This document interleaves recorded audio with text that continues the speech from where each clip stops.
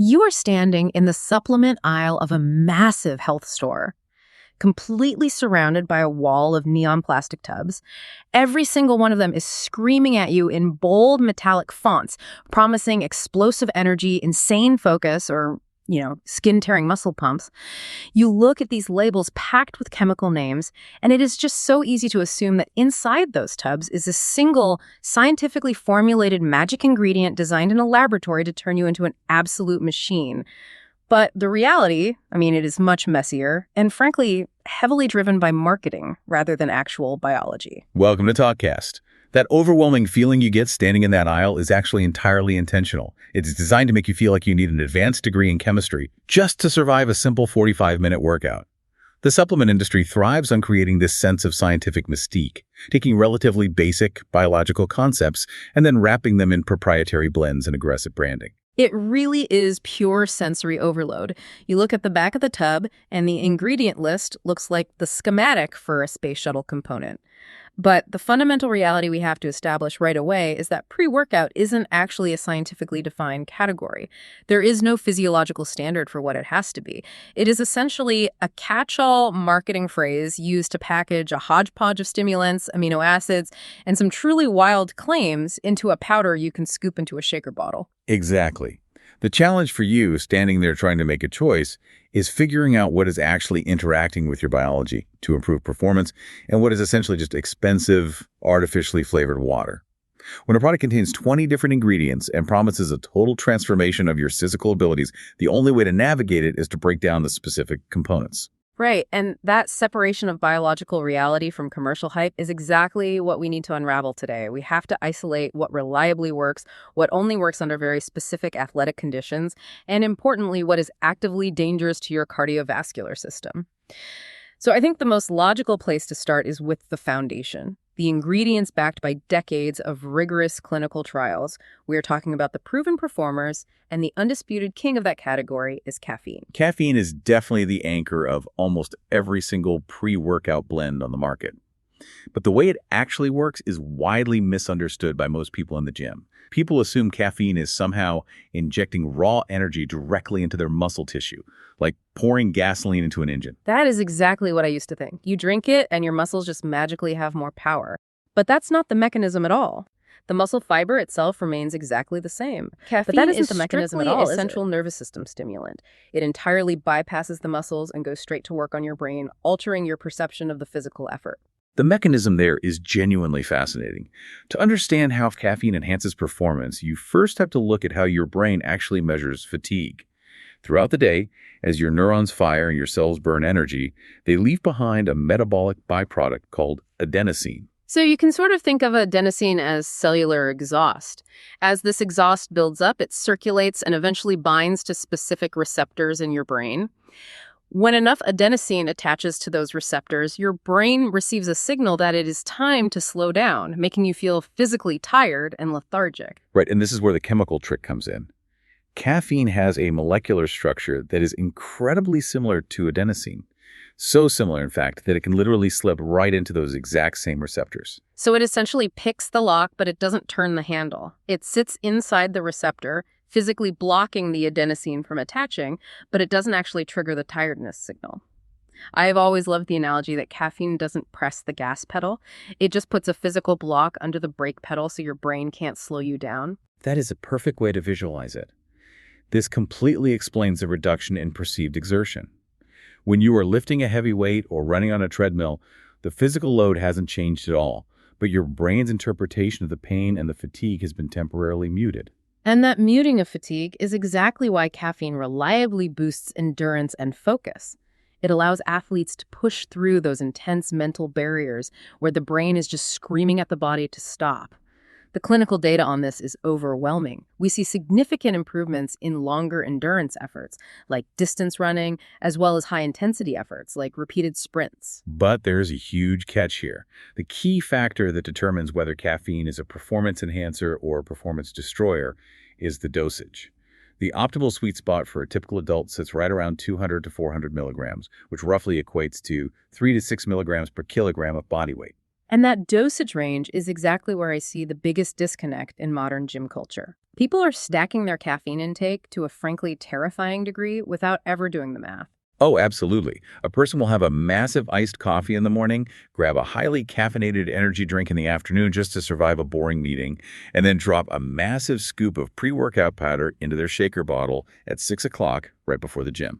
It is so common. They are easily pushing 800 to 1,000 milligrams of caffeine in a single day. And stacking stimulants like that completely obliterates the performance benefits we just talked about.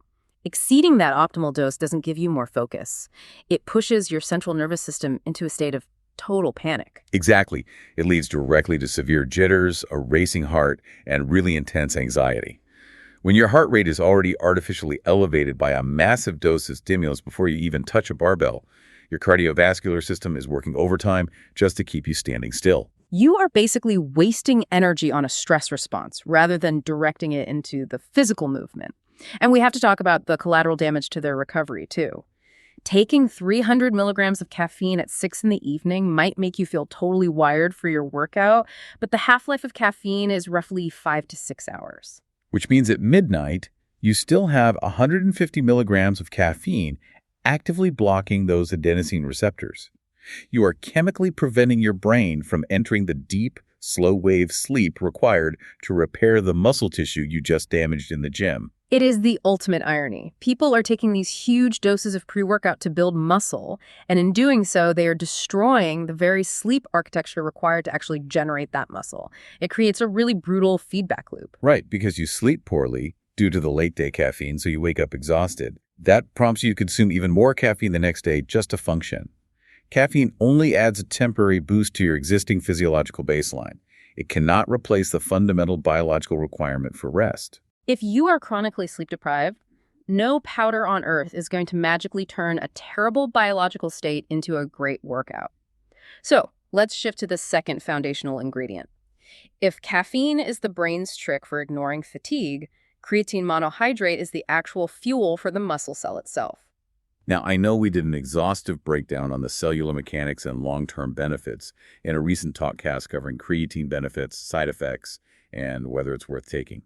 So rather than looking at the big picture, let's strictly look at creatine through the lens of the immediate pre-workout window. That makes sense because practically every tub in that neon aisle boasts about having creatine in it.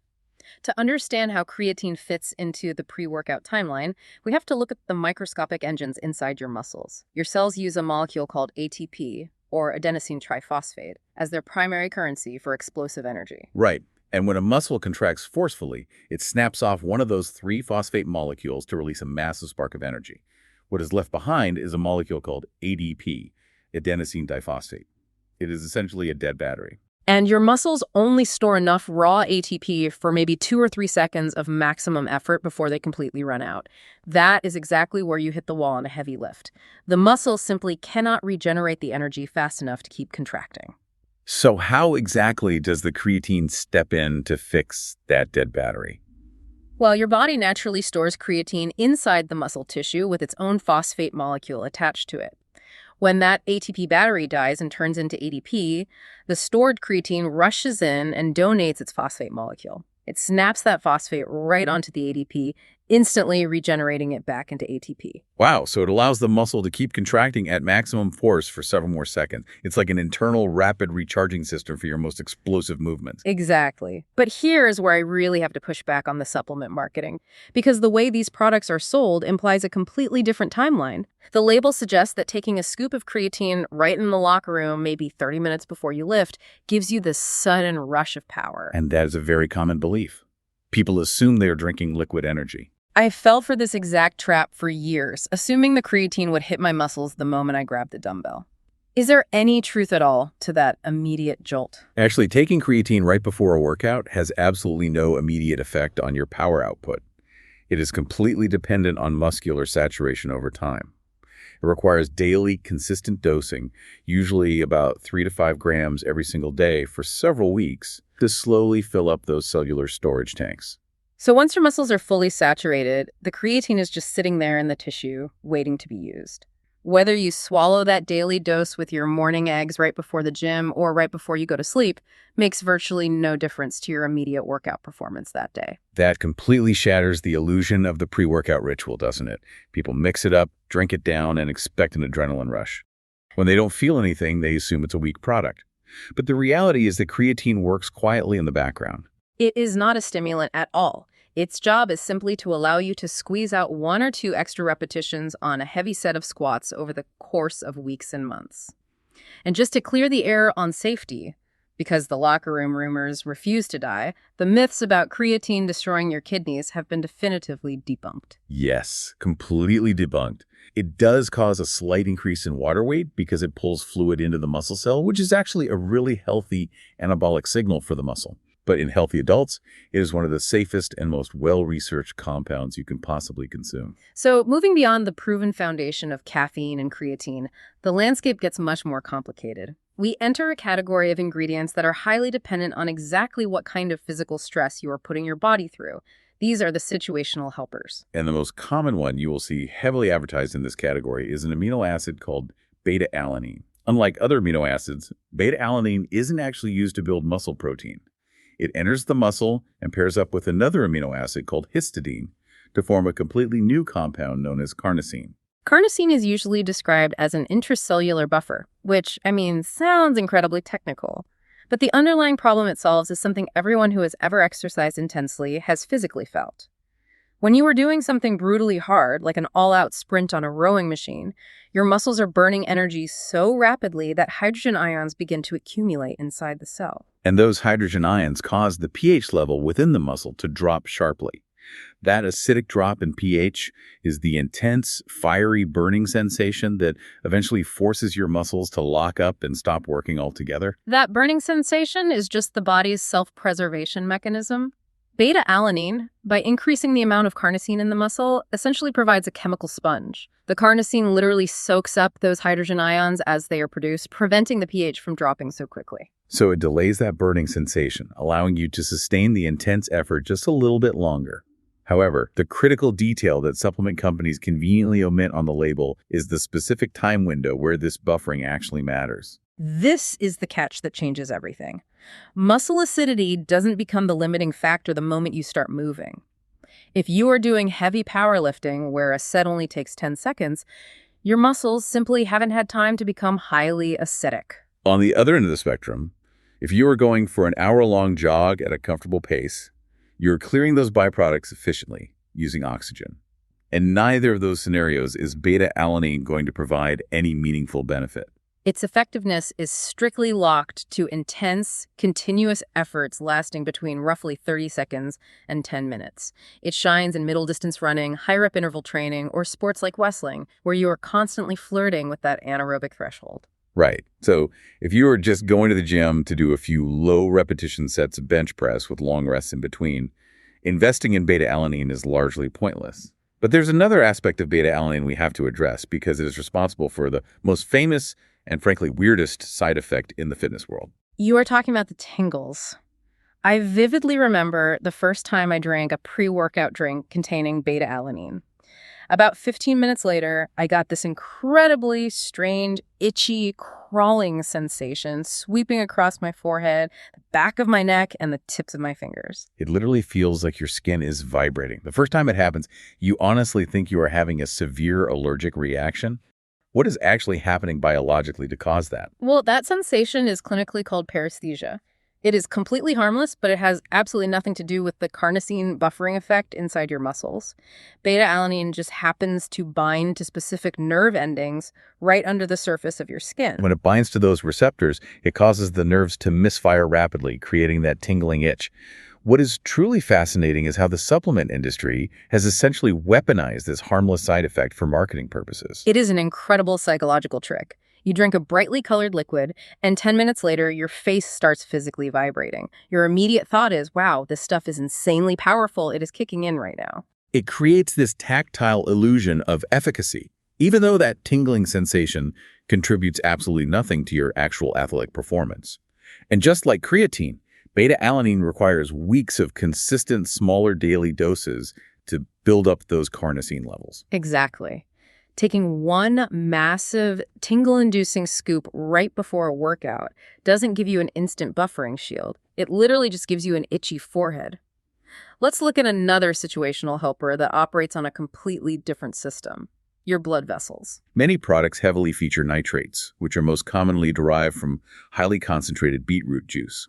When you consume dietary nitrates, your body converts them into a molecule called nitric oxide. And nitric oxide is a potent vasodilator. It signals the smooth muscle tissue lining the walls of your blood vessels to relax, causing the vessels to widen and expand. The classic analogy I hear constantly in the gym is the garden hose. Right. They tell you that your blood vessels are like a narrow hose, and nitric oxide swaps it out for a wider hose, so the heart doesn't have to pump as hard. I actually kind of hate that analogy because it implies your heart is a simple mechanical pump struggling against static pipes. I much prefer to think of it like an urban highway system. When you are exercising hard, traffic is gridlocked. Oxygen and nutrients are trying to get into the muscle, and metabolic waste is trying to get out. So nitrates essentially add an extra lane to the highway in both directions. The traffic flows smoother, and the overall oxygen cost of the exercise actually drops. You become slightly more efficient. That increased efficiency is well documented, but again, context is absolutely everything. The benefits of nitrates are generally modest and are most pronounced in recreational endurance athletes engaging in longer, steady-state activities or repeated high-intensity sprints. If an ordinary person is going to the gym to do a moderate upper body workout, the cardiovascular demand simply isn't high enough for that slight improvement in oxygen efficiency to translate into a noticeable difference. The highway just isn't congested enough to need the extra lane. Plus, if you are getting your nitrates from natural sources like beet juice, there is a very surprising aesthetic quirk. Consuming high amounts of dietary beets can cause your urine to turn a vivid pink or red color. I know several people who have sprinted to a doctor in an absolute panic, convinced they were bleeding internally, only to be asked if they had a beet smoothie for breakfast. It happens all the time. But if we are talking about surprising side effects, we have to talk about the ultimate situational helper, which is completely unglamorous. I am talking about sodium bicarbonate. We are literally talking about household baking soda. The underlying logic for baking soda is actually very similar to beta-alanine. It is an acid buffer. However, instead of buffering the acid inside the muscle cell, sodium bicarbonate buffers the blood itself. By artificially raising the pH of your blood before you exercise, you create a steeper concentration gradient. This helps pull those fatigue-causing hydrogen ions out of the working muscle and into the bloodstream much faster. It is highly effective for intense, lung-burning efforts lasting from 1 to 7 minutes. But the downside is so severe that it makes it entirely prohibitive for casual use. Does everyone really need to be taking this? Not at all. The downside is violent gastrointestinal distress. I want to break down exactly why this happens because it is a perfect example of biology refusing to be hacked. To get a performance benefit, you can't just take a little pinch of baking soda. Right, you have to ingest an enormous amount, typically around 4 or 5 heavy teaspoons for a normal-sized adult. Drinking that much baking soda mixed with water tastes like choking down chalky alkaline ocean water. It is awful. But the real problem is a process called osmosis. Your body tightly regulates the concentration of particles in your bodily fluids. When you dump an enormous load of sodium bicarbonate directly into your stomach, it creates a severely hypertonic environment. Your digestive tract is suddenly packed with salt.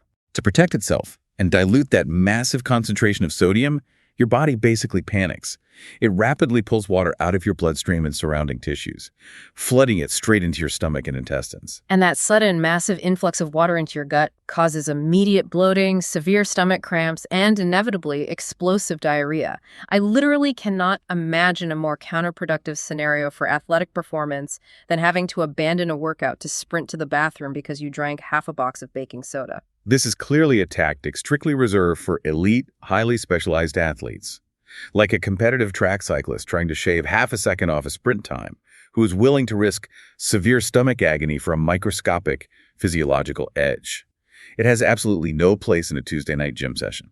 That concept of using the wrong tool for the environment perfectly transitions into another incredibly common category of situational helpers. We're talking about fast-digesting carbohydrates and electrolytes. These are the core ingredients you find in brightly colored sports drinks, energy gels, and those gummy chews heavily marketed to active people. The biological mechanism here is incredibly straightforward. Your muscles store carbohydrates in the form of glycogen. It is basically your primary fuel tank. When you engage in a marathon, a massive cycling session, or any heavy, continuous exercise lasting well over 60 to 90 minutes, that glycogen tank starts flashing empty. Your blood sugar begins to crash. So ingesting fast-digesting, simple carbohydrates during the exercise provides an immediate, easily accessible source of alternative fuel. It keeps your blood glucose elevated and significantly delays the onset of complete muscular exhaustion. And the electrolytes, specifically sodium and potassium, are included to replace the minerals you are losing through heavy, sustained sweating.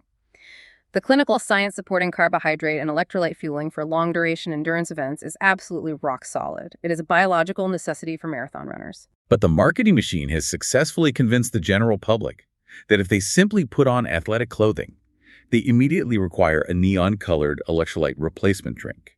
We really have to question the utility of these drinks for a standard 30 to 40-minute indoor gym session. I am so glad we are addressing this because it drives me crazy.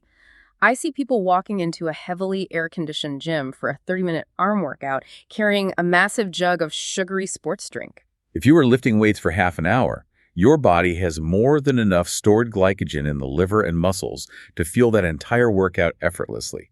You are not depleting your energy stores. And unless you are working out in a literal sauna, you are not sweating out massive amounts of sodium either. Sipping a carbohydrate-heavy sports drink in that context is entirely counterproductive. You are simply adding a massive spike of unnecessary sugar and calories to your day. Furthermore, consuming heavy syrups while lifting can actually pull blood away from your muscles and toward your stomach to aid in digestion, which ends up causing bloating and lethargy. Exactly. For a short, cool environment workout, your body requires nothing more than plain water and perhaps a standard meal a few hours beforehand. This actually brings us to a major shift in our conversation. We have covered the proven performers that change your neurochemistry and the situational helpers that require specific contexts. Now we really have to look at the dark side of the supplement aisle. Yes, the hype and the hazards. These are the ingredients that dominate the massive metallic claims on the front of the tub, but completely disintegrate when subjected to actual clinical scrutiny. A perfect example of the hype is an ingredient called citrulline or citrulline malate. Citrulline is an amino acid heavily marketed for its ability to deliver the famous muscle pump. The biological theory behind it sounds really convincing on paper. The idea is that you consume citrulline, your kidneys convert it into another amino acid called arginine, and the arginine is then used to produce nitric oxide. And as we discussed with beet juice, nitric oxide dilates the blood vessels. The marketing claim is that this dilation floods the working muscle with extra blood, making it look and feel temporarily much larger, while supposedly delivering more nutrients. It sounds great, but the actual evidence for citrulline enhancing exercise performance is remarkably weak and highly inconsistent. While it might theoretically elevate blood markers, the tangible physical results in a gym setting are almost entirely unnoticeable for the average user. Right, because your body already naturally dilates blood vessels locally when a muscle is working hard. The citrulline isn't providing a massive upgrade to a system that is already functioning perfectly well, but the hype around citrulline completely pales in comparison to the marketing illusions surrounding branched-chain amino acids or BCAAs. BCAAs are arguably one of the most successful marketing coups in the entire fitness industry. They are a group of 3 specific amino acids: leucine, isoleucine, and valine. They belong to the larger family of essential amino acids, which are the fundamental building blocks your body uses to repair and build new muscle tissue after a workout. Supplement companies sell these massive tubs of isolated BCAAs, claiming they are absolutely critical for recovery and muscle growth. I actually have to confess that I spent an embarrassing amount of money on BCAA powders in my 20s. The marketing was so aggressive back then. They explicitly told you that because these were isolated free-form amino acids, they bypassed the digestion process in the liver and went straight into the bloodstream to trigger muscle growth instantly. So are you telling me that entire biological premise is just a manipulation? It is a classic case of taking a factual biological mechanism and totally misrepresenting its actual value. It is absolutely true that free-form amino acids enter the bloodstream quickly. It is also true that leucine acts as a metabolic trigger to stimulate muscle protein synthesis, which is the process of building muscle. But here is the massive caveat the industry ignores. Triggering the process is completely useless if you don't have the materials to complete it. Let's invent a better analogy than the old brick-and-mortar cliché. Imagine your muscle as a massive construction site building a skyscraper. The leucine in the BCAAs is the foreman blowing the whistle, yelling at the crew to start building. But to actually build the skyscraper, the crew needs steel, glass, concrete, and wiring. Those represent all the other essential amino acids. So if you blow the whistle but don't provide the materials, nothing gets built. That is a brilliant way to conceptualize it. If your daily diet already contains a decent amount of complete protein, your construction site is fully stocked. If you are eating chicken, beef, eggs, tofu, or drinking a standard whey protein shake, you are already consuming massive amounts of BCAAs alongside all the other essential amino acids. If you are eating a high-protein diet, buying a tub of isolated BCAAs and drinking it during your workout is essentially just paying a premium price for artificially flavored water. Your body simply processes the excess and excretes it. It won't harm you, but it is a spectacular waste of financial resources. Which brings us to the ingredients that actually will harm you. The conversation takes a much more serious, urgent tone when we move from ingredients that simply drain your wallet to compounds that actively present a danger to your cardiovascular system. We have to talk about Yohimbine bark extract, and specifically its active alkaloid compound, Yohimbine.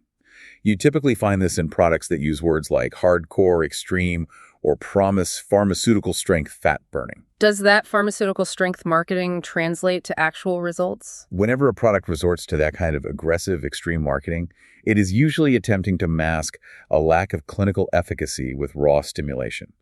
Yohimbine is a powerful stimulant, but unlike caffeine, which gently blocks a tiredness signal, Yohimbine acts directly on the sympathetic nervous system. It effectively overrides your body's natural regulatory mechanisms and forces a massive release of adrenaline and noradrenaline into the bloodstream. It is chemically triggering a severe fight-or-flight response. Your brain is reacting as if you are being chased by a predator, but you are literally just standing next to a treadmill. The physiological consequences of this are not performance-enhancing, they are terrifying. It can cause dangerously high blood pressure spikes. It triggers extreme tachycardia, where your heart is racing completely out of control. It frequently induces severe anxiety that perfectly mimics a panic attack. In serious high-dose cases, Yohimbine has even been shown to lower the seizure threshold in the brain. The risk profile is so elevated that military medical safety boards actively warn service members against using any product containing Yohimbine. It has been investigated for causing severe adverse cardiac events, and it is outright banned for sale in several countries. Now, imagine taking a compound that destabilizes your heart rate like that and combining it with 300 or 400 milligrams of caffeine in the exact same pre-workout powder. You are creating a recipe for a catastrophic cardiovascular event. And this severe danger highlights exactly why reading and understanding the label on these tubs is a strict matter of personal safety. Which brings us to the most pervasive, deceitful, and legally protected labeling tactic in the entire supplement industry. You are talking about the proprietary blend. This is a loophole that allows manufacturers to hide exactly what they're putting into your body. A proprietary blend allows a company to list a group of ingredients under a catchy trademark name, something like Maximum Energy Matrix or Hyperfocus Blend. Next to that name, they are only legally required to list the total combined weight of all the ingredients in that blend, for example, 5,000 milligrams. Below that, they list the individual ingredients in descending order of weight, but they do not disclose the specific milligram amount of any single ingredient. So the label might proudly list caffeine, taurine, yohimbine, and some exotic herbal extracts. But because you only have the total weight of the entire matrix, you have absolutely no idea how much caffeine or how much yohimbine is contained within one single scoop. The terrifying implication of this is that the manufacturer could change the ratios at any time, filling 90% of the blend with cheap caffeine and sprinkling in trace amounts of the other ingredients. Or conversely, they could include a massive undisclosed dose of a dangerous stimulant like yohimbine. If you don't know how much caffeine or yohimbine is in one scoop, taking 2 scoops is a total roll of the dice. This is precisely how accidental overdoses occur in the gym. A consumer might have a high tolerance for caffeine, assume the proprietary blend is mostly harmless, and decide to take 2 scoops because they feel slightly tired that day. Without knowing the individual dosages, you are flying completely blind with your central nervous system. The only rational, safe way to navigate this industry is absolute intolerance for proprietary blends. If a company refuses to tell you exactly how many milligrams of a chemical they expect you to ingest, you should refuse to buy their product. You must demand totally transparent labeling. Furthermore, looking for third-party testing certifications is absolutely crucial. Logos like NSF Certified for Sport or Informed Sport mean an independent, objective laboratory has tested that specific batch of powder. They verify that the ingredients on the label match the contents of the tub exactly, and more importantly, they guarantee there are no hidden, undeclared pharmaceutical drugs spiked into the product. When we step back and look at this vast, confusing landscape of powders, pills, and neon drinks, we need a clear hierarchy to understand their actual place in a fitness regimen. Instead of the tired cliche about supplements being the icing on the cake, let's look at it through the lens of Formula One racing. Your sleep, your daily nutrition, your hydration, and your consistent training program are the chassis, the engine, and the transmission of the car. Supplements are simply the specific type of high-octane fuel you put in the tank. It seems obvious when you put it like that. If you have a blown transmission because you only slept 4 hours and your tires are flat because your diet is terrible, pouring premium racing fuel into the tank is not going to make the car win the race. The vehicle is structurally compromised. No scoop of powder can ever outwork 5 hours of sleep or a skipped meal. The human biology simply does not operate on chemical magic tricks. It operates on compounding consistency. A minimalist approach is undeniably the safest and most effective strategy for the vast majority of people. Having a standard cup of coffee for a moderate, predictable dose of caffeine before you train, and taking a few grams of daily creatine monohydrate to support your cellular energy stores are realistically all most people will ever need. Everything else on that shelf is largely situational, biologically unnecessary, or just a dangerous distraction from the fundamentals of human physiology. Which brings me to a final reflective thought for you to carry into your next workout. I think we could all use a reset on how we view these products. True athletic performance, the kind that builds resilient, lasting health, does not come from the loudest, flashiest plastic tubs sitting under the fluorescent lights of a store shelf. It comes from taking the quiet time to understand how your own biological machinery actually works. It comes from mastering the unglamorous daily basics of recovery and realizing that you really don't need a synthetic chemical edge just to demand greatness from your own body. Thanks for listening to TalkKast.